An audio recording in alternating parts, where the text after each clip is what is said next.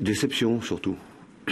Une grosse déception, surtout pour les joueurs, parce que je pense qu'ils ont encore montré des qualités incroyables, ils ont été fantastiques. Alors ça, c'est par rapport à la péripétie du match et le fait de jouer à 10 pendant plus d'une heure. Voilà, je pense qu'on aurait mérité, le partage des points. Alors après, par contre, j'ai pas oublié notre entame de match catastrophique. À la fois sur le plan défensif et sur le plan offensif. Voilà, on a très mal entamé ce match. Mais bon, à partir de l'expulsion, voilà, je dirais qu'on s'est réorganisé et après on a surtout montré beaucoup de vertu, de courage, de solidarité. Après, ça devenait compliqué contre une équipe de la qualité de Bordeaux de gagner le match, mais même après avoir pris le but, il y a eu cette réaction, on a égalisé, donc je pense qu'on aurait mérité quand même le point du match nul. À la 30e, il y a ce carton rouge direct, forcément ça change la donne de tout.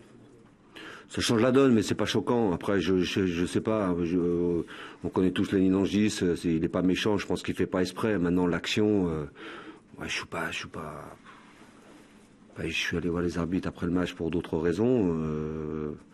Moi, si j'avais été arbitre, je pense que j'aurais mis le rouge. Où il est placé, comme ça se passe, c'est pas ça qui me choque sur ce match. Quelle raison de aller voir les arbitres après le match?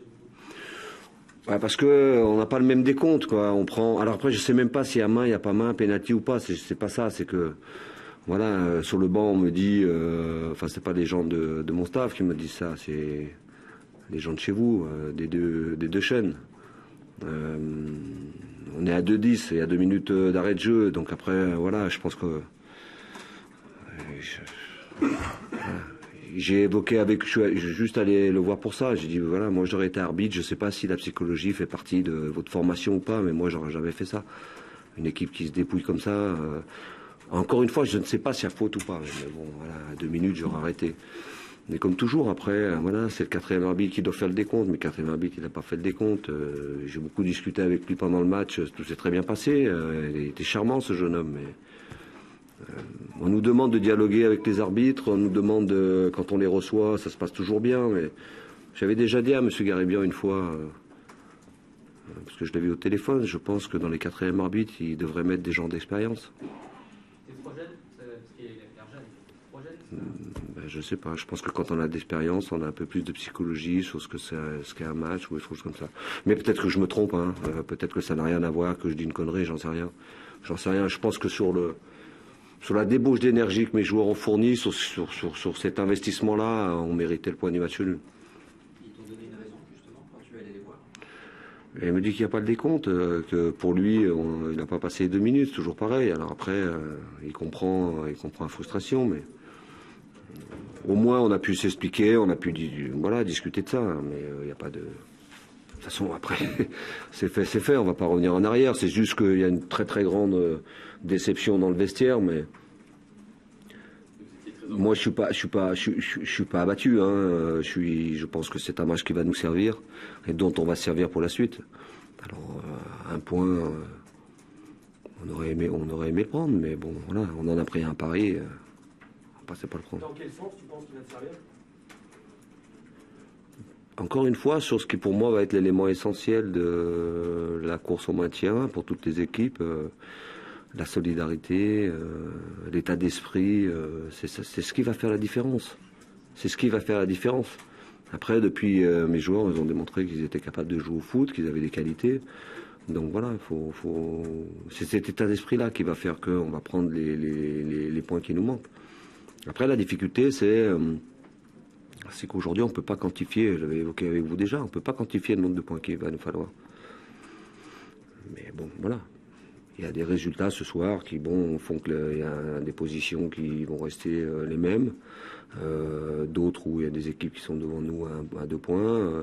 Il y a des matchs demain. Donc voilà, on va voir. Mais nous, faut qu'on reste dans ce qu'on a mis en place depuis la trêve, dans ce qu'on produit. Et ce qui m'inquiète le plus par rapport à ce match, c'est que pendant l'expulsion, on l'a lieu à la combien, la 20e 30e Jusque-là, on a été nuls. C'est ce qui m'inquiète le plus. Voilà. J'aurais pas aimé que tout le match soit comme ça, mais défensivement, on n'était pas là. Et avec le ballon, il nous boudait les pieds. On n'a pas fait. On a dû faire. Allez, on a eu 2 situations de contre, mais je pense qu'on était capable de faire beaucoup mieux. Donc c'est surtout ça qu'il faudra analyser. Par rapport au résultat, c'est vrai, tu en parlais. Ce qui est rageant finalement presque, c'est qu'on se dit que là, s'il y avait un résultat favorable ce soir, ça aurait été une énorme opération pour le maintien. Là, pour le coup, vraiment une grosse opération. Une victoire. Ouais, mais bon, effectivement, si on avait gagné, oui. Presque un nul, c'est aussi une opération. Un nul, oui. Ça aurait été un point de plus, un point qui aurait compté, mais oui, mais on peut toujours analyser les choses comme ça, mais après, on va pas refaire l'histoire. Voilà, moi je vous explique le match tel que je l'ai vécu. Il y a une partie du match où j'ai une très grande déception, mais pour mes joueurs et par rapport à ce qu'ils ont montré et ce qu'ils ont donné. Puis il y a une première partie du match jusqu'à l'expulsion où je trouve qu'on a été en deçà de nos prestations précédentes. Voilà, donc on va pas trop s'attarder sur ce qui s'est passé après, parce que ça, je pense, contre les joueurs, ça a renforcé encore ces liens et cette solidarité. On va surtout s'attacher à parler de la partie foot de ce match, c'est-à-dire quand on était à 11 contre 11 et de ce qu'on a été capable de faire ou de pas faire. Justement, tu as une idée pour expliquer cette entame par les derniers matchs à domicile, vous avez entamé les matchs tambour battant Pour l'instant, non. Déjà, je vais revoir le match et puis après, on va en discuter entre nous. Là, je fais juste une analyse comme ça, à chaud, de ce que j'ai vu. Souleymane Prima, après le match, il a dit qu'il n'avait pas l'impression d'avoir perdu malgré le score, que dans les faits, il n'avait pas l'impression d'avoir perdu. Vous avez dit quoi, vous, à vos joueurs, après le match, que c'était plutôt bien sur la manière, vous étiez plutôt déçus, qu'est-ce que vous leur avez dit? Alors, je leur ai rien dit parce que après le match, j'ai discuté un petit peu en dehors. Je suis allé voir les arbitres et puis après, quand je suis revenu dans le vestiaire, moi j'ai fait des interviews donc avec Canal et Bein. Donc quand je suis revenu dans les vestiaires, voilà, il n'y avait pas tout le groupe parce qu'il y a des joueurs qui vont jouer demain en réserve. Donc voilà, donc j'en parlerai. Ce que je vais leur dire, je vais réfléchir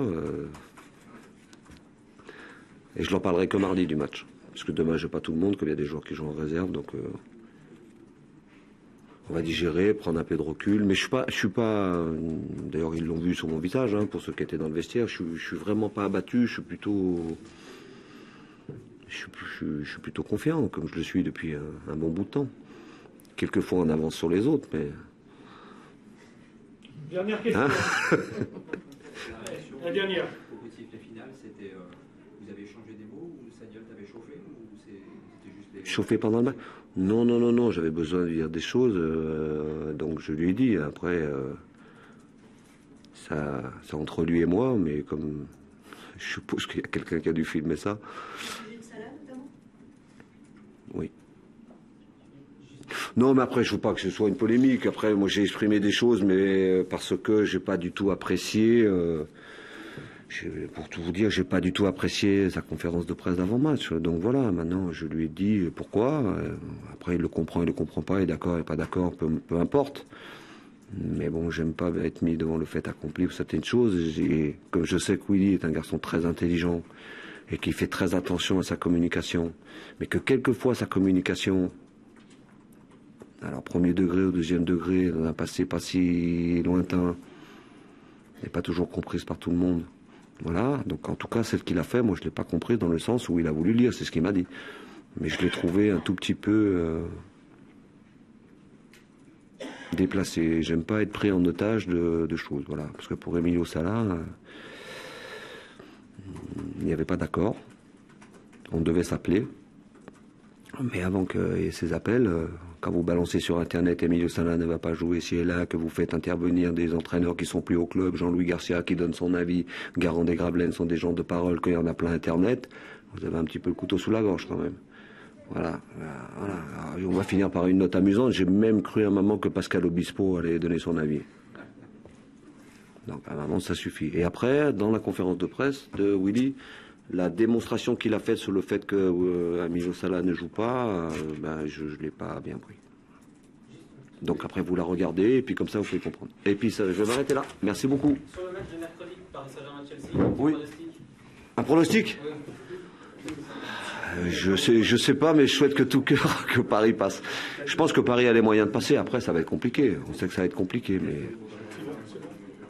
ils ont les moyens de passer. Merci à vous. Il nous fait autant de bien qui peut créer de la frustration chez l'adversaire. Oui. Quand un match se décide comme ça sur un fait de jeu, sans avoir la possibilité derrière d'essayer de revenir au score, forcément ça crée beaucoup de frustration chez l'adversaire. Et je sais pas trop quoi dire par rapport à ça. Ça explique justement le final un peu. C'est normal qu'il y ait de la tension. C'est jamais facile, voilà, de voir un match se décider, comme j'ai dit, sur un fait de jeu. Qu'est-ce que vous vous êtes dit avec Patrice Garand? Pardon? C'est monté dans les tours avec Patrice ou... C'est normal, comme je vous dis, qu'il y ait de la frustration. J'aurais été dans sa position, j'aurais peut-être eu exactement je serais peut-être également aussi monté dans les tours comme lui l'a fait. Il y a beaucoup de débauche d'énergie des deux côtés depuis plusieurs semaines. Et pour nous, d'un côté, ça vient valider également notre travail qu'on fait depuis plusieurs semaines. Et pour Caen, ça met fin à une série extraordinaire.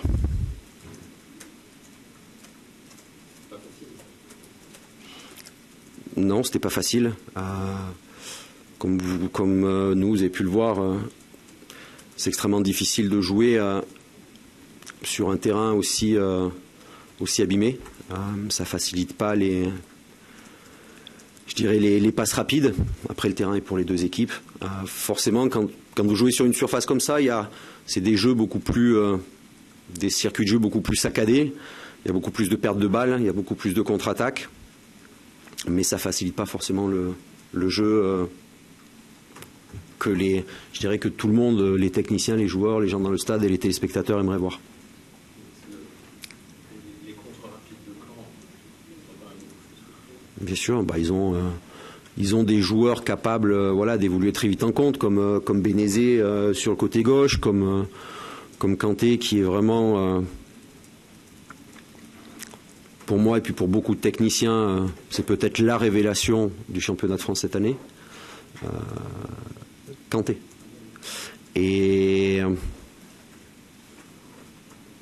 je pense que beaucoup d'entraîneurs en France aimeraient avoir un joueur comme ça dans son équipe. Les deux changements à la mi-temps, est-ce que c'était un choix tactique oui, forcément. Pour les remuer, est-ce que c'était on jouait à 11, quand on jouait à 10, on met notre avant-centre de la première mi-temps, on le met arrière gauche. Forcément, c'était un choix offensif, mais des fois ça réussit, des fois ça réussit pas. Il n'y a pas forcément toujours d'explication rationnelle. Et quelquefois cette année aussi où j'ai voulu faire des changements qui se sont avérés contre-productifs.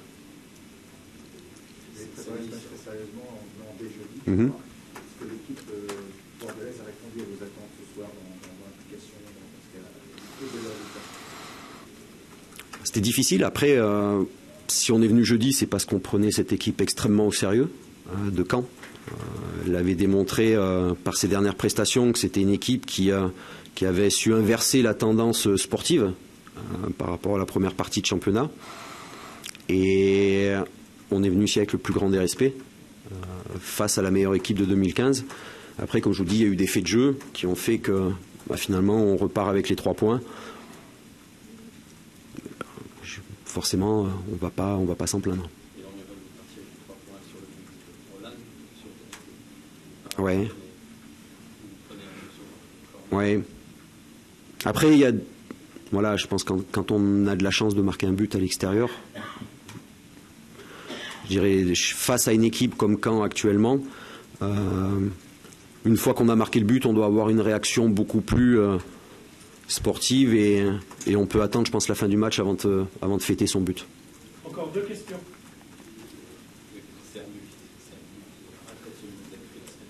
Oui. il y a eu un moment de déconcentration après le but qu'on a marqué. Je pense qu'on avait quelques joueurs qui étaient encore en train de le célébrer dans leur tête. Et si on veut continuer à avancer dans le premier tiers du classement, il faut absolument qu'on corrige ce genre de comportements qui sont plus dus à un manque de maturité que de... Voilà. Mais il faut avoir plus de maturité dans certains moments du match. Avant, le dimanche prochain, vous affrontez le Paris Saint-Germain. Avant ça, ils vont faire un match contre Chelsea, un match important. Vous avez un petit pronostic contre le match? Non, le pronostic, c'est... Vous avez vu ce soir, il y a des matchs qui peuvent se décider très tard, sur un fait de jeu, sur une belle action, on ne sait jamais. Mais voilà, comme on a Paris Saint-Germain, c'est une équipe française et on a tous envie que les clubs français brillent en Coupe d'Europe parce qu'on a besoin de voir de gros clubs aller loin pour apporter le plus de points UEFA possible pour que la France soit représentée dans les compétitions continentales. Donc forcément qu'on est tous derrière le PSG, on espère qu'ils vont se qualifier parce qu'avec le premier match qu'ils ont fait, Chelsea était vraiment plus qu'heureux de repartir avec ce résultat. Ok. C'est bon.